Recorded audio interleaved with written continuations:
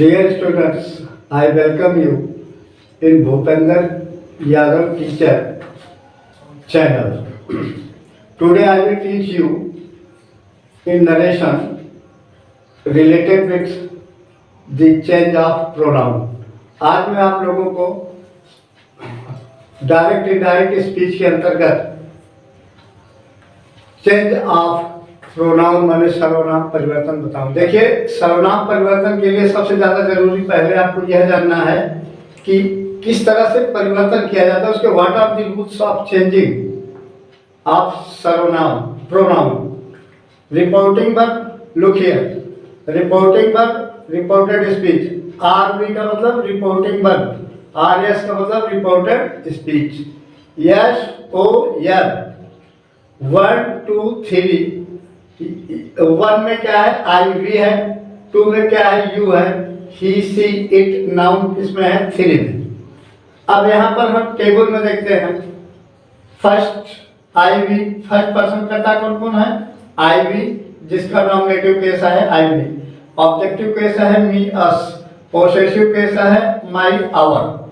Second person का nominative case you, objective case you और possessive case your.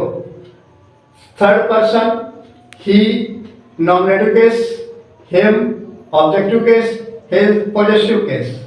C, nominative case her, possessive objective case her, possessive case.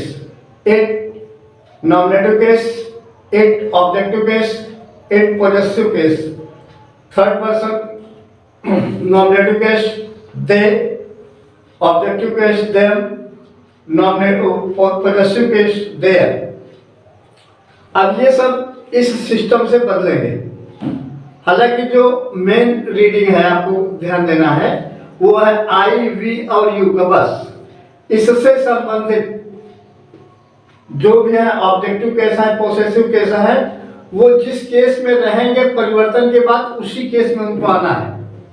जैसे आई के मी है ना, अब उसके वहां पर फर्स्ट पर्सन कर्ता मिलता है ही, तो जो मी ऑब्जेक्टिव कैसा है तो वहां पर ही का ऑब्जेक्टिव कैसा आएगा, पहले इसको आप कंफर्म कर लीजिए।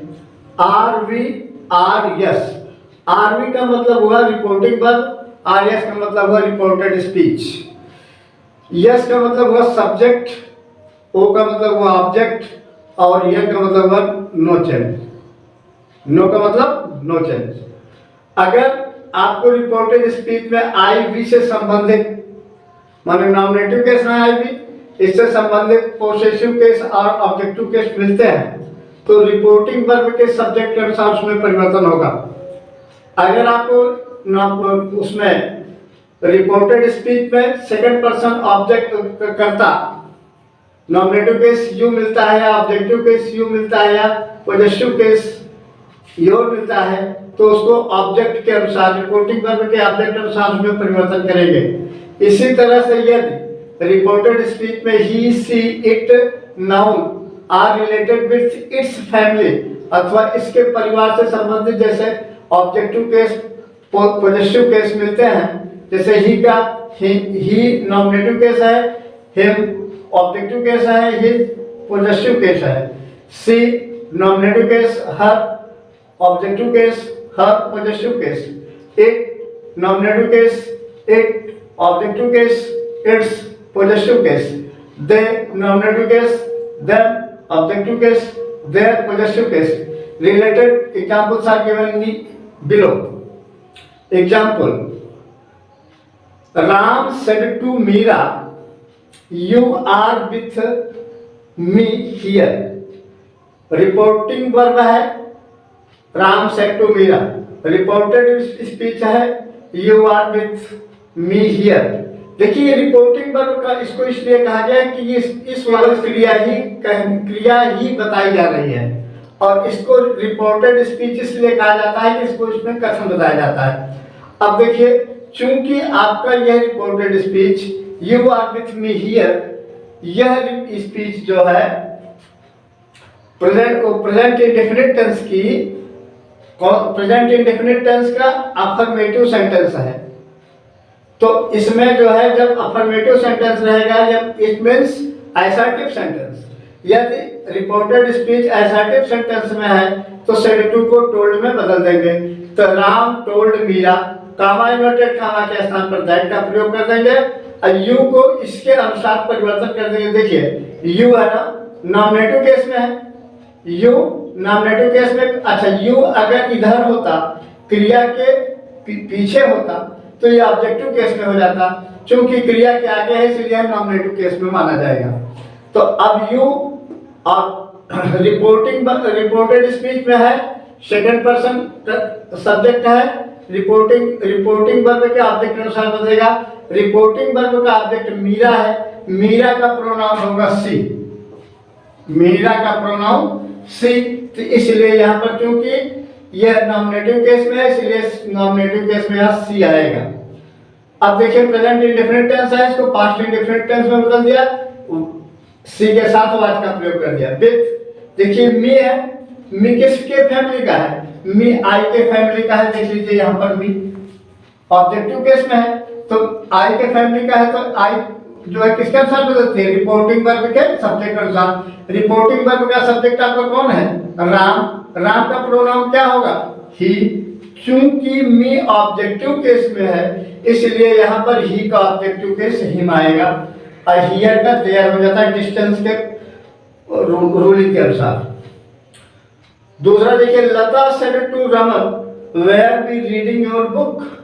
अब देखिए where be reading your book, यह जो है सिंगल इंट्रोगेटिव सेंटेंस है और पास्ट कंटिन्यूअस टेंस का है। Single interrogative sentence past continuous tense.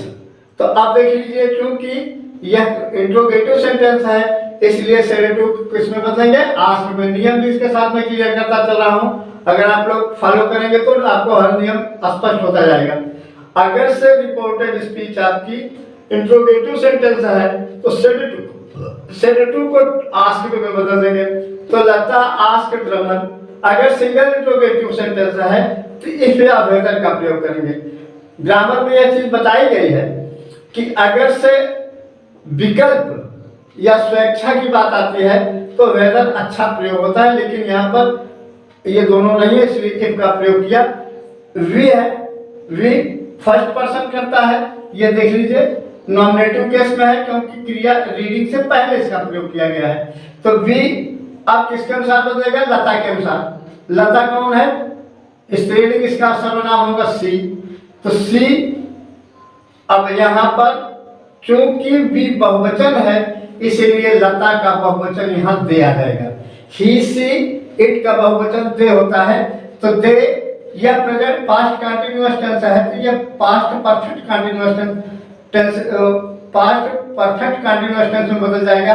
तो if they had been reading, your है, योर किस फैमिली का है, यू की फैमिली का है। यू किससे बिलोंग करता है, सेकंड पर्सन से बिलोंग करता है। चूंकि योर पोसेसिव केस में है और इसका वो रमन है, रमन के हिसाब से रमन का प्रोनाउन होगा ही का पोजेसिव केस होगा हिज बुक। इस तरह से Lata asked Raman if they had been reading his book. Third देखिए Sheela said to Akash let me play my natural game. ये इट इज इंपरेटिव सेंटेंस, यह इंपरेटिव सेंटेंस है। अब इंपरेटिव सेंटेंस का क्या नियम है, क्या पहचान है, उसको सेंटेंस में मैं पिछले वाले वीडियो में मैं बताया हूं। तो late me play my natural game का अर्थ यह हुआ कि मुझे मेरा स्वाभाविक खेल खेलने दें। तो इस तरह से इसके टू पार्ट्स होते हैं। अगर लेट अस का प्रयोग होता है तो रिपोर्टिंग वर्ब में प्रपोज्ड का प्रयोग होता है। अगर लेट अस का प्रयोग नहीं है, माने लेट के बाद जो ऑब्जेक्टिव केस में सर्वनाम आता है, अगर वह अस के अलावा अन्य है तो रिक्वेस्टेड और सजेस्टेड का भाव प्रेजेंट करता है। तो इस तरह से यहाँ पर हमने देखिए लेट मी है तो शीला रिक्वेस्टेड आकाश। तो इसका नियम है कामा इन्वर्टेड कामा के स्थान पर टू लगा दीजिए, लेट लगा दीजिए, ऑब्जेक्टिव केस परिवर्तन करते हुए सब चले जाइए, बस उसी तरह से लिखने का नियम है। तो उसके तहत हम ये बता रहे हैं शीला रिक्वेस्टेड आकाश, कामा इन्वर्टेड कामा के स्थान पर टू, लेट अब मी जो है आई के फैमिली का है, तो आई के फैमिली के ये मी ऑब्जेक्टिव केस में है, तो आई का फैमिली शीला के अनुसार बदलेगा। शीला का सर्वनाम होगा सी का पॉजिटिव केस हर, प्ले। अब फिर यहाँ पर माई, ये ऑब्जेक्टिव केस में था, ये माई पॉजिटिव केस में आई के फैमिली का है, तो शीला के अनुसार यहाँ हर नेचुरल के। फिर देखिए Anshu said to me do not touch my bag, तो जहां पर do not touch my bag it means this sentence is imperative sentence related with negative sentence. तो यहां पर हम यह बताएंगे आपको कि अगर डू नॉट लगा है तो सीधे सीधे फॉरवर्ड का प्रयोग हम कर देंगे। अगर रिपोर्टेड स्पीच में डू नॉट है, किसके साथ है, डू नॉट से वाक्य की शुरुआत हो रही हो, उसके तुरंत बाद क्रिया माने मुख्य क्रिया माने, इसका मतलब आपको यह समझना चाहिए कि जो रिपोर्ट जो डू नॉट के बाद क्रिया मिलेगी आप, तब इंपरेटिव सेंटेंस के निगेटिव माना जाएगा। तो इसके हिसाब से Anshu forward me to touch his bag, to touch his bag. तो इस तरह से हम देखते हैं कि ये सर्वनाम का परिवर्तन है। सर्वनाम में परिवर्तन केवल 3 में होता है बस, आई बी, ये यही चेंजेबल है, ये तीनों आई बी यू। अब ध्यान देने की बात है, इतना बड़ा फार्मूला अगर आप अपने दिमाग में नहीं रख पाते हैं तो सीधा आप ये ध्यान दीजिए कि आई और बी है, तो इसको रिपोर्टिंग वर्ब के सब्जेक्ट अनुसार चेंज कर देंगे, और इसके फैमिली के जो मेंबर्स हैं, जिस फैमिली से जिससे बिलोंग करेंगे उसको उससे संबंधित हम लगा देंगे। यू है तो रिपोर्टिंग वर्ब के ऑब्जेक्ट के अनुसार बदल देंगे, सारा झंझट दूर। तो मैं आपको यह सूत्र इसलिए बता दिया हूं कि अगर आप बहुत ज्यादा नहीं इस बात को पकड़ पाते हैं तो इस सूत्र के माध्यम से आप पूरा सर्वनाम परिवर्तन बेहिचक करेंगे, कहीं भी रहेंगे, इसमें किसी भी प्रकार की समस्या